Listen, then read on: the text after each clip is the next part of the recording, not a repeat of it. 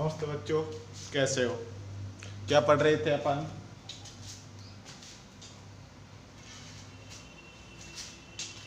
उत्प्रेरक पढ़ रहे थे। उत्प्रेरक में एक विशिष्ट उत्प्रेरक है जियोलाइट। जियोलाइट जियोलाइट आजकल लाइट का तो बहुत ज्यादा प्रयोग चल रहा है। Facebook light, PUBG light. अब तो पबजी तो बैन ही हो गया। और लाइट का मतलब छोटा प्रारूप। जब भी किसी के साथ लगे लाइट, लाइट का मतलब होता है हल्का, भारी। हल्का के लिए भी उपयोग होता है, बड़ा से छोटा के लिए भी उपयोग लाइट का होता है। जियोलाइट एक आकार एंड शेप वर्णात्मक उत्प्रेरक है।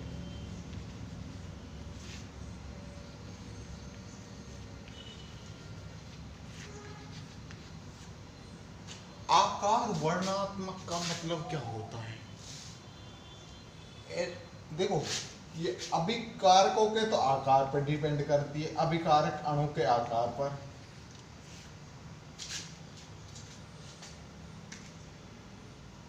अभिकारक अणु आकार पर। और वर्णात्मक का मतलब है उत्प्रेरक के सतह पर उपस्थित रंध्रों पर। सतह रंध्र कहने का मतलब यह है, जियोलाइट है जो एक प्रकार का आकार वर्णात्मक उत्प्रेरक है। आकार वर्णात्मक उत्प्रेरक इसको क्यों कहा जाता है? क्योंकि ये उत्प्रेरक अभिकारक के तो अणुओं के आकार पर निर्भर करता है और उत्प्रेरक की सतह के रंध्रों पर, यानी जो उसकी सतह है, ये सतह, जैसे ये सतह, तो इस सतह पर जो रंध्र होंगे, जैसे मान लो फॉर एग्जांपल ये, अब ये छिद्र दिख रहा है ना, ये रंध्र होते हैं। ये दिख रहा है आप लोगों को, ये छिद्र दिख रहे हैं, ये रंध्र है। तो इन रंध्रों को आकार पर निर्भर करती है, इसलिए इसको मिलाकर आकार वर्णात्मक उत्प्रेरक हो गया। जो इनके रंध्र के आकार के होंगे वो इसी में सबमिट होंगे। जैसे फॉर एग्जाम्पल मैं आपके लिए, जैसे मान लो ये पेन है, ये पेन है, ये ढक्कन है। अब इस पेन की शेप है जो, और इस ढक्कन की शेप है, एक दूसरे के समानांतर होगी, तभी तो ये इसमें सबमिट हो जाएगा। देखो ये, जैसे मान लो ये मोन्टेक्स का पेन है, तो मोन्टेक्स का पेन का जो ढक्कन है, निप्पल है, वो मोन्टेक्स के पेन में ही यूज कर सकते हैं अपन। ये तो नहीं कि इसके जगह अपन सेलो का पेन ले लिया उसमें यूज कर लेंगे, कभी भी नहीं होगा। आप एग्जाम्पल करके देख सकते हो। इसी तरीके से ये उत्प्रेरक बता रहा है कि जिसका अभिकारकों का आकार उत्प्रेरक की सतह पर उपस्थित रंध्रों के आकार के समानांतर होगा, उसी में ये जियोलाइट उत्प्रेरक काम आएगा, उसी अभिक्रिया को ये संपन्न करा सकता है। पहला नंबर तो ये आकार वर्णात्मक उत्प्रेरक का मतलब समझ गया। आकार डिपेंड करता है अणुओं के आकार पर, अभिकारक के अणुओं पर। वर्ण जो वर्णात्मक है उसका मतलब है कि उत्प्रेरक की सतह पर उपस्थित रंध्रों से, तो इसलिए इन दोनों को मिलाकर बोल देते हैं आकार वर्णात्मक उत्प्रेरक। ठीक है।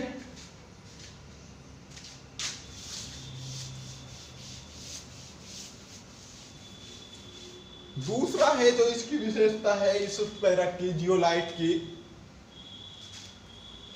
ये आता है मधुमक्खी के छत्ते के समान होता है। मधुमक्खी का छत्ता नहीं होता इस तरीके से बना हुआ, ये मधुमक्खी का इस तरीके से, इसका विशिष्ट छत्ता के समान बना हुआ होता है।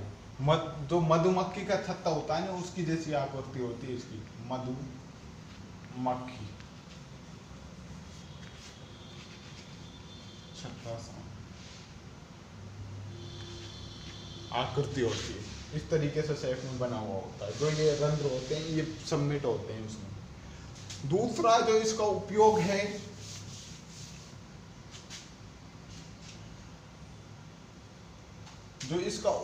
वो है जल के शोधन में।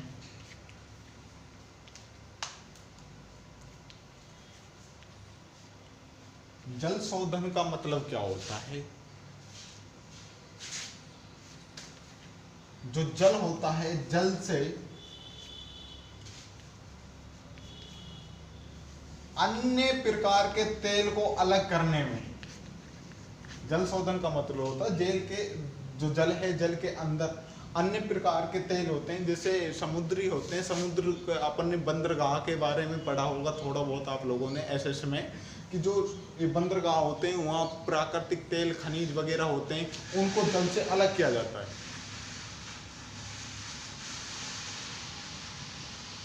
भाई यही तो होता है। हो क्या हो रहा है इसमें, जो समुद्री जल होते हैं वहाँ क्या किया जाता है, तेल को अलग किया जाता है। उस तेल को जल से तेल या अन्य खनिजों को अलग करने की क्रिया क्या कहलाती है, जल शोधन कहलाती है। क्या कहलाती है, जल शोधन। ठीक है, तो उपयोग है जल के शोधन में सबसे ज्यादा इंपॉर्टेंट है। उसके साथ इस जल शोधन में क्यों उपयोग आता है, क्योंकि इसमें एल्युमिनियम के साथ ऑक्सीजन सिलिकॉन बंध पाए जाते हैं, ये बंध बना लेते हैं।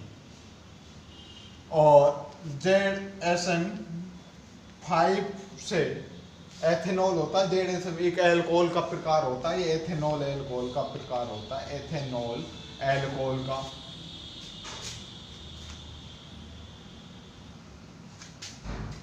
इससे प्राप्त किया जाता है जो जियोलाइट है ना, ये जियोलाइट ZSM5 एथेनॉल से प्राप्त किया जाता है इसको।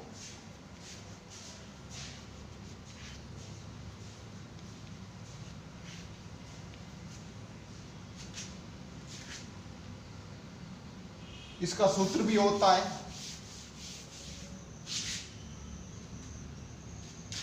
इसका सूत्र होता है Na2L2Si2 ऑक्सीजन 8.H2O, ये इसका सूत्र होता है। अधिकतर इसका सूत्र ही पूछा जाता है, सूत्र पूछा जाता है, ये ज्यादातर इसका उपयोग पूछा जाता है। उपयोग है जल के शोधन में, सीधी सी बात है, सूत्र है ये।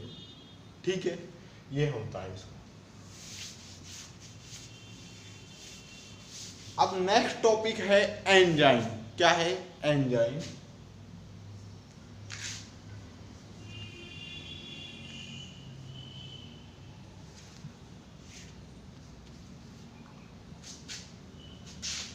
देखो, एंजाइम और उत्प्रेरक दोनों समान होते हैं, ध्यान रहे।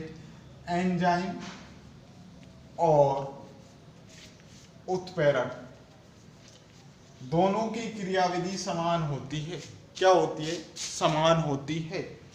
सिर्फ ध्यान रहे, एंजाइम है जैविक अभिक्रियाओं को नियंत्रित करता है। कौन सी अभिक्रियाओं को? जैविक अभिक्रियाओं को नियंत्रित करता है। भाई उत्प्रेरक क्या करते हैं? अभिक्रिया के वेग को घटाते हैं या बढ़ाते हैं, मतलब वेग को परिवर्तित करते हैं। उत्प्रेरकों का ये काम है, यही काम एंजाइमों का है। और वेग का बढ़ना घटना ही तो अभिक्रिया का नियंत्रित है। अभिक्रिया का वेग बढ़ेगा तो अभिक्रिया तेज गति से होगी, कम होगी तो वेग कम होगा तो अभिक्रिया धीमी गति से होगी। नियंत्रण तो इन्हीं के हाथ में है। ध्यान रहे, एंजाइम और उत्प्रेरक की क्रियाविधि समान होती है, लेकिन एंजाइम है जो काम आते हैं जैविक अभिक्रियाओं में। अब जैविक अभिक्रियाएं क्या होती हैं? जैविक, जैसा देखो नाम से ही पता चल रहा है, जैविक का मतलब होता है जीव। जैविक का मतलब होता है जीव। जैविक जीवों में होने वाली अभिक्रिया क्या कहलाती है? जैविक अभिक्रिया कहलाती है। जीवों में होने वाली अभिक्रिया, जीवों से तात्पर्य वो समस्त जीव, संजीव, पेड़ पौधे, मानव जीव जंतु, उन सब के अंदर या उनके द्वारा करने वाली अभिक्रिया क्या कहलाती है? जैविक अभिक्रिया कहलाती है। और इन जैविक अभिक्रियाओं पर नियंत्रण किसका बना हुआ होता है? एंजाइमों का। और एंजाइम, एक बात और ध्यान रखना, जो एंजाइम होते हैं नाइट्रोजन युक्त जटिल कार्बनिक यौगिक होते हैं। ध्यान रहे, कार्बनिक यौगिक, नाइट्रोजन युक्त जटिल कार्बनिक यौगिक होते हैं, ये ध्यान रहे। कार्बनिक मतलब ऑर्गेनिक केमिस्ट्री वाले कार्बन से बने हुए होंगे, लेकिन इसमें नाइट्रोजन पाया जाता है।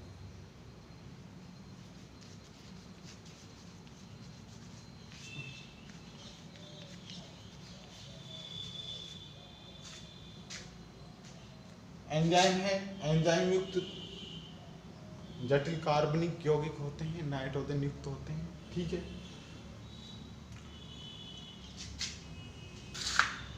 एंजाइमों की कुछ विशिष्ट जैविक अभिक्रियाएं, कुछ महत्वपूर्ण जैविक अभिक्रियाएं होती हैं। देखो, एंजाइमों की कुछ विशिष्ट जैविक अभिक्रियाएं होती हैं। विशिष्ट